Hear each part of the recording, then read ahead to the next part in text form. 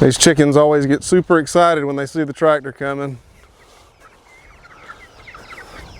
The pigs know it's their turn next.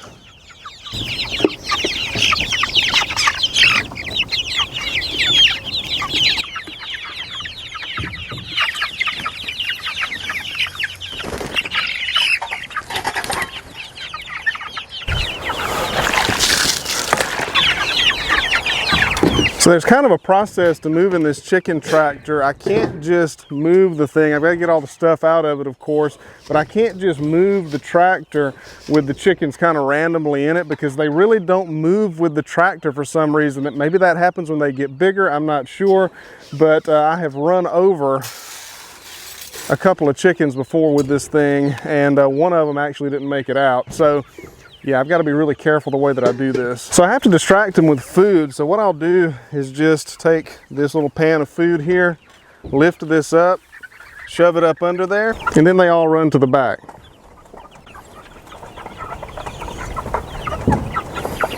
And then I can move it back relatively safely. It's not really foolproof.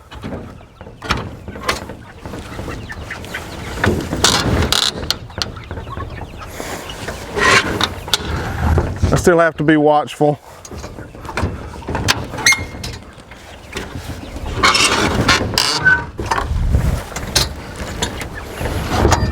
Once it gets to a certain spot, I'll just take the tray and move it back some, back into the new grass, so that they stay away from the edge. They've got this tendency to run away from the back over there, I guess where it's lifting up. I guess it scares them, but they run away and they run to this edge right here.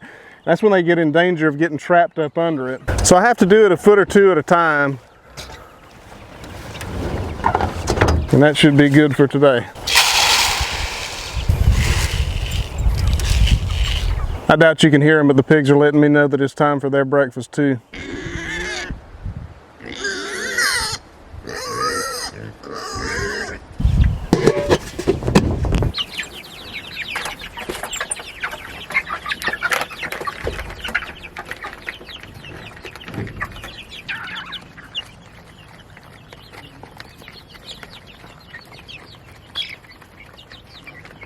So as you can see here, we've got two different kinds of chickens in here. The white ones, of course, are the Cornish cross, the meat chickens that should be ready for harvest here in 4 to 5 weeks. And then there's the black ones. Those are the egg layers, at least the ones that are hens. They're just called olive eggers. Those were a straight run from Tractor Supply that we purchased, and we managed to get 6 hens out of 12, so I thought that was pretty good. So those are destined for another chicken tractor, and those will be our egg providers when the time comes. And this is the stuff that the chickens are bedded on. This is kind of a mix of just kind of wild grass. There are weeds in here, of course, but a lot of it is clover, and it's kind of a clover patch that I planted as a deer food plot, and it's from Real World Wildlife Products, and it's really, really good stuff. It's a mix of white clover and a few other kinds of perennial clovers, and the chickens really seem to like it.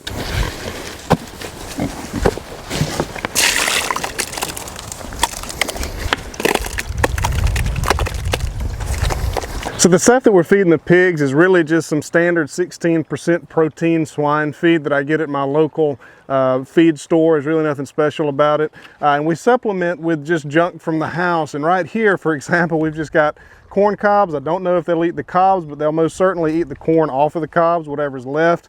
Stuff like, there's an avocado in here that went bad. There's onion peelings. There's corn husks. There's just all kinds of garbage. And, you know, it's really nice to have some animals that can take waste food and convert it into something usable.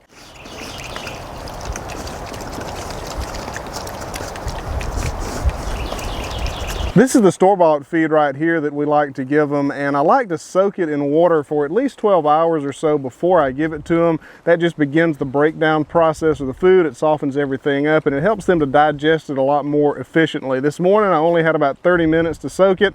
I forgot to put the food in yesterday so that it would soak overnight, unfortunately, but better a little bit than nothing, right? They'll actually eat it dry just fine, and I've fed a lot of it to them dry, but they seem to like it a lot better when it's wet like this, and it's certainly a whole lot more efficient. It does ferment very slightly as well. Somehow I've heard that's very beneficial also, something about the bacteria in the guts. I don't really know, I just know they like it a lot better when it's soaked like this, and it seems to be a whole lot more efficient. It's pretty interesting, the different personalities of these pigs. This one right here, Applewood, has warmed up to me pretty well, and he'll let me pet him and scratch his ears and kind of do whatever, but the other one is still real skittish, and I don't really know why. See, he just jumps every time I try to touch him. Yeah. I don't know, maybe I need to give him some marshmallows. I've been advised to give marshmallows to him, and I have done that before and they seem to like them, but maybe if I spent more time with him, he would come around.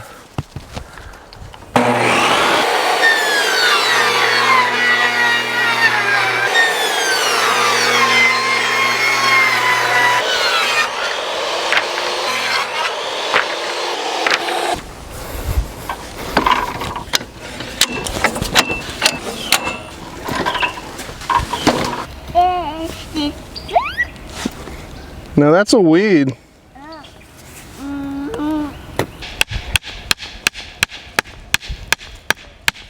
Carpet? It's a tarp. Oh.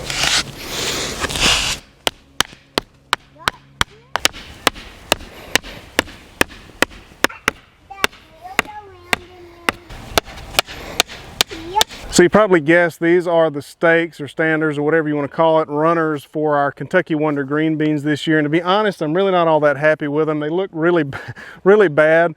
They are not going to last more than a year, undoubtedly, and they're not particularly stable either. So the reason I went with these this year is my in-laws use these or a similar thing. It's like a fiberglass rod basically, and they work extremely well.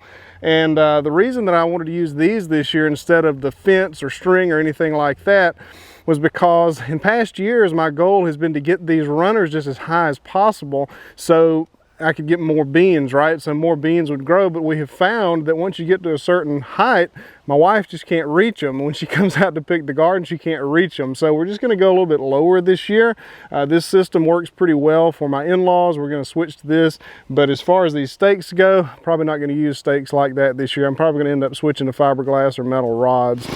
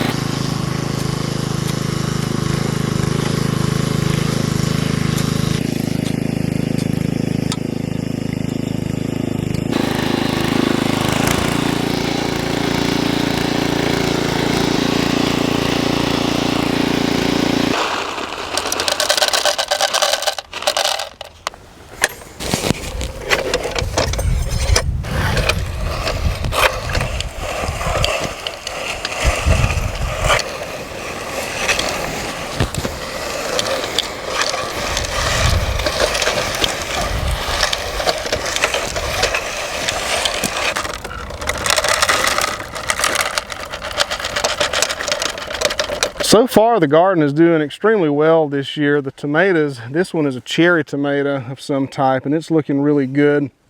We have a few squash and zucchini plants, and unfortunately not all the seeds came up. We're going to have to do some replanting there. This is a Roma tomato here. It's doing really well. I believe that that one's a big boy. There's another one down there that's probably Aroma. We made the mistake of not labeling everything this year. I've got several big boy plants out here and they're doing pretty well. I'm trying to stay ahead of the blight. I am just plagued with blight here, unfortunately. I'm trying to stay ahead of the blight with fungicide, but so far the tomatoes are doing really well. Let's look at the corn. Actually, we'll look at the peppers first. There's our jalapeno plant, Lunchbox Red and Lunchbox Orange. There's a volunteer sunflower that we'll leave. Here's our first planting of corn here. They have come up really well. I had to do a fair amount of thinning beginning, because that earthway planter tends to be a little bit inconsistent, so it'll drop a whole bunch in one place and not any in another place. But for the most part, it does a pretty good job. But this is our first batch of corn, looking really, really well, and we just got a second batch in. Here are onions. They have really taken off as well. Really looking forward to getting some of those. And this, so far, is the pride of the garden. These are my potatoes. These potatoes have just gone absolutely nuts this year. I have managed to put a fair amount of dirt on them, 3 different three different times I've come out here and hoed dirt up on them, fertilized every time until I ran out of fertilizer on that farthest row right there, and Epsom salt as well. So they have really taken off. The weather has really been on our side this year. Also, we have had some fairly regular intervals of rain, and that has proved very, very beneficial to all of the plants in the garden. One of my favorite things to do in the early spring, one of the most satisfying things, is for me to come out here and get some new potatoes out of the ground. To me, there's really nothing that tastes better than a pot of new potatoes boiled with some butter and some salt on them. Just very, very simple, very, very quick and easy. And there's just something about these little potatoes right here that, I don't know, it's just, they're so fresh. I don't want to say they taste like dirt, but they have a very, very earthy flavor to them. And I don't know, that's one of my favorite things to do in the early spring like this. So I'm about to go have lunch. I will see y'all on the next one, and thank y'all for watching.